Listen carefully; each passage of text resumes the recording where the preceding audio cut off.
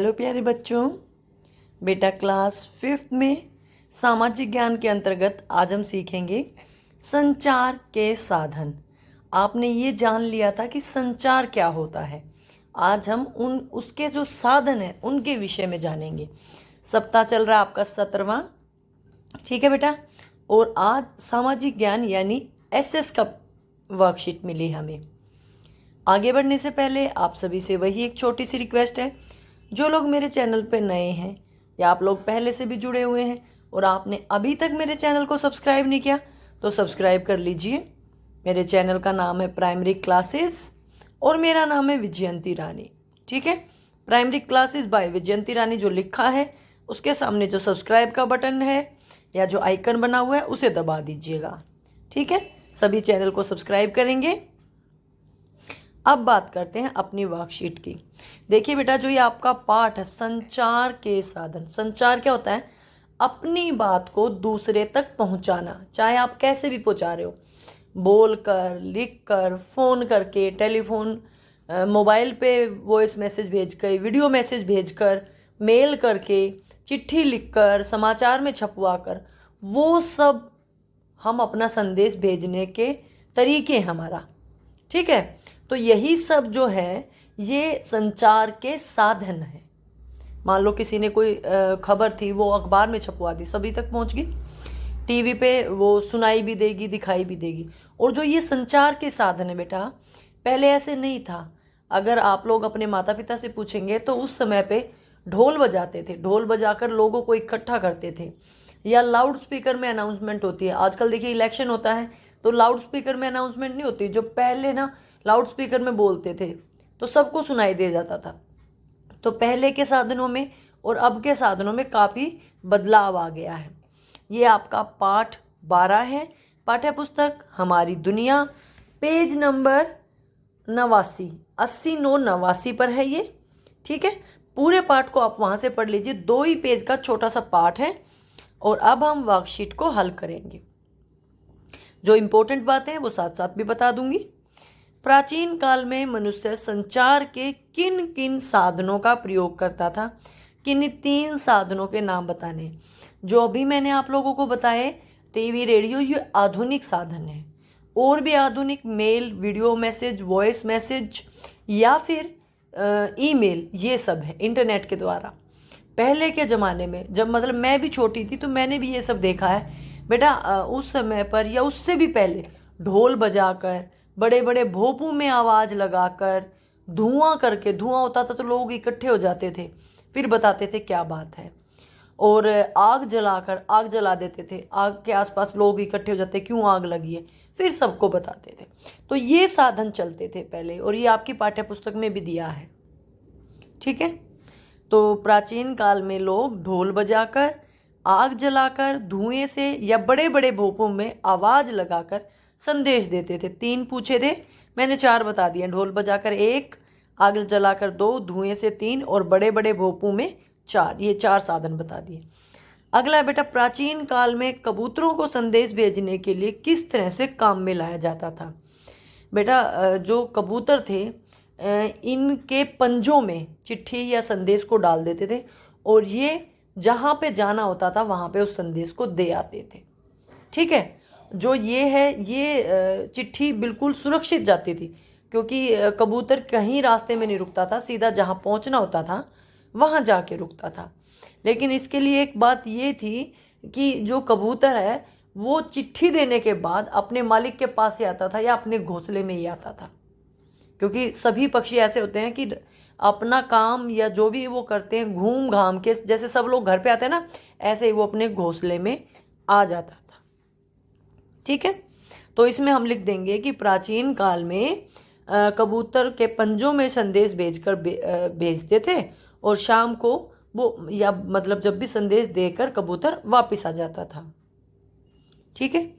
प्राचीन काल में पालतू कबूतरों के, पालतू इसलिए क्योंकि उनको पाला जाता था, पंजों में संदेश बांधकर उन्हें गंतव्य मतलब जहां भेजना होता था भेजा जाता था।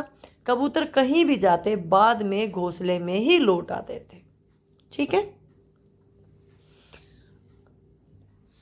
अगला प्रश्न आपका संचार के किन्हीं 5 साधनों के नाम लिखने हैं। ये बात कर रहा अब की। अब देखिए मैंने आपको कितने सारे बताए थे, समाचार पत्र, मैगजीन, टेलीफोन, डाकघर। डाकघर का मतलब है उसके द्वारा हम संदेश भेज सकते हैं, चिट्ठी लिखकर, पत्र लिखकर, तार डालकर, या फिर आप टेलीफोन का इस्तेमाल कर सकते हैं, टीवी पर खबर देख सकते हैं, रेडियो पर खबर देख सकते हैं, मोबाइल से बात कर सकते हैं। तो ये कितने सारे हो गए, किन्हीं 5 के नाम लिख दीजिएगा। संचार के साधन समाचार पत्र, टेलीफोन, डाकघर, रेडियो, मोबाइल, टेलीविज़न, मैगजीन आदि हैं। ठीक है, 5 बताने हैं, मैंने 5 से ज़्यादा ही बताए हैं। आगे बेटा खालिस्तान भरो। प्रारंभ में डाक टिकटों पर, डाक टिकट क्या होती है, कभी आपने चिट्ठी भेजी हो या आई हो आपके घर पे तो एक टिकट लगी होती है उस पर, उसको डाक टिकट बोलते हैं। तो जो पहले अंग्रेजों के समय से ये डाक टिकट का चलन हो रहा है, तो उस समय रानी विक्टोरिया का चित्र होता था बेटा। किसका? रानी विक्टोरिया का। उड़ीसा में कौन सी डाक सेवा है? कबूतर डाक सेवा। वहां पर कबूतरों के द्वारा चिट्ठी भेजी जाती है। जब हम कुछ किसी को बताते हैं तो इसे क्या कहते हैं? संचार। मतलब अपनी बात कहना, चाहे तरीका कोई भी हो। पहली डाक सेवा 3000 वर्ष पहले कहाँ शुरू हुई थी बेटा? चीन में शुरू हुई थी। भारत में शुरू नहीं हुई थी, चीन में इसकी शुरुआत हुई थी। ठीक है, सभी खालिस्तान मैंने भर दिए हैं। प्रारंभ में डाक टिकटों पर महारानी विक्टोरिया का चित्र था। उड़ीसा में कबूतर डाक सेवा भी है। जब हम किसी को कुछ बताते हैं उसे संचार कहते हैं। पहली डाक सेवा लगभग 3000 वर्ष पहले या 3000 साल पहले चीन में शुरू हुई थी। पूरा कर लीजिए आप सभी इसको। अगला बेटा, निम्न वाक्यों को पढ़कर सही के सामने सही का और गलत के सामने गलत का निशान लगाना आप सभी को। मनुष्य को संचार की आवश्यकता नहीं है। गलत। मनुष्य को संचार की आवश्यकता है, अपनी बातें दूसरों तक बहुत पहुंचाना जरूरी है।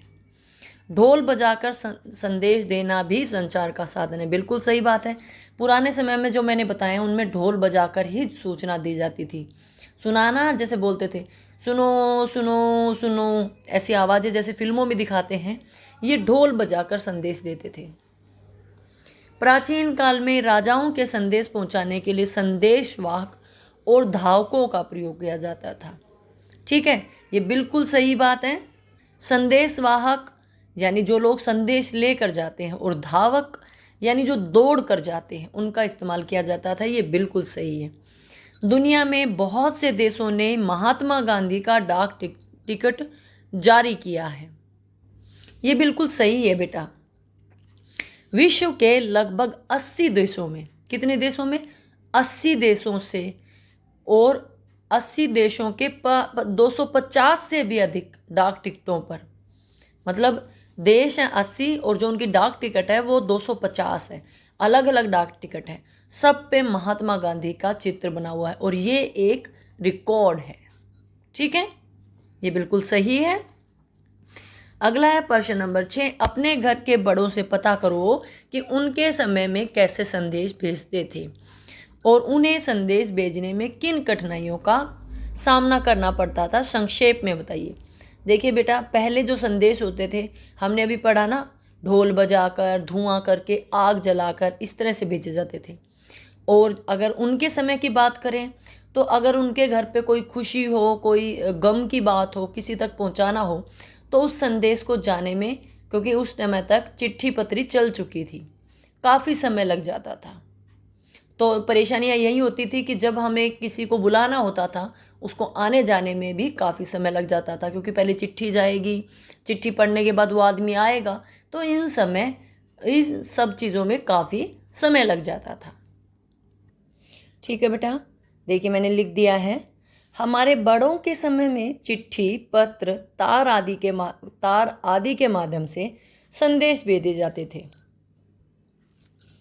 उन्हें पत्र लिखवाने के लिए दूसरों पर निर्भर रहना पड़ता था। देखिए, पढ़े लिखे तो थे नहीं उस समय पे, कम लोग पढ़े लिखे थे, तो उनको अपनी चिट्ठी या जो भी संदेश है वो लिखवाने के लिए दूसरों पर निर्भर रहना पड़ता था, और संदेश को पहुंचने में भी अधिक टाइम लगता था। अब तो फ़ोन किया, जल्दी से बता दिया, संदेश मिल गया, लेकिन पहले ऐसा नहीं होता था। ठीक है, आगे बात करते हैं जीवन कौशल की। कॉपी किताब पर कवर आवरण चढ़ाना। आप सभी के पास कॉपियां हैं जिसमें आप लोग काम करते हो, उस पर ब्राउन या अखबार का या प्लास्टिक का कवर चढ़ाना। ठीक है प्यारे बच्चों, अब आप अगली कक्षा में प्रवेश करते हैं। जब आप अगली कक्षा में प्रवेश करते हैं तो आपको नई किताबें और कापियाँ मिलती हैं। इन्हें साफ और सुंदर बनाए रखने के लिए इन पर कवर चढ़ाते हैं। आज आप अपने माता पिता की सहायता से अपनी कापी और किताबों पर रंगीन कागज़ या अखबार का कवर चढ़ाएं। ठीक है, जो भी आपको मिल जाए, अखबार मिल जाए, रंगीन कागज़ मिल जाए, ब्राउन पेपर मिल जाए, भूरे रंग का जो कवर होता है वही मिल जाए, तो अपनी कॉपी पे कवर चढ़ा लीजिएगा। आज आपको जीवन कौशल में यही करना है। ठीक है,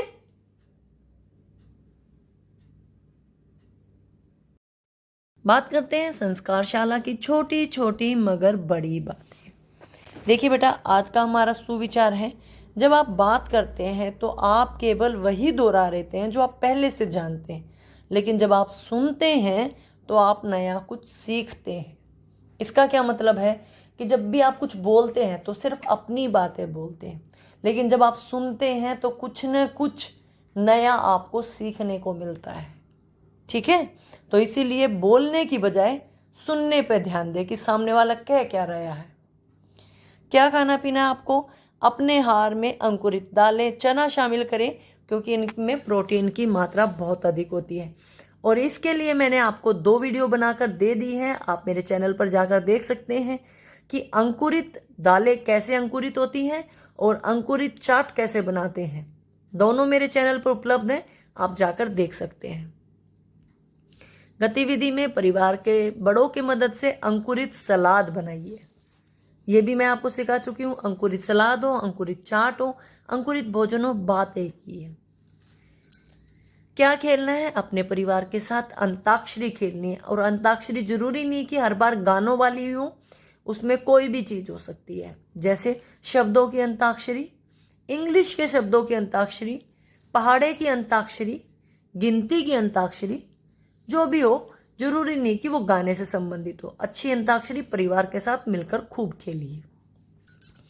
आपकी दैनिक दिनचर्या वही है, माता पिता का अभिवादन करके दिन की शुरुआत करें, दांतों को दिन में 2 बार ब्रश करें, प्रतिदिन स्नान करें, खूब पानी पिए, संतुलित आहार लें, अपने चेहरे को छूने से बचाएं, बार बार हाथों को धोएं, अपना गृह कार्य समय पे पूरा करो। जो आज आपको काम मिला है जल्दी से इसको पूरा कर लो, बहुत आसान काम है, जल्दी हो जाएगा।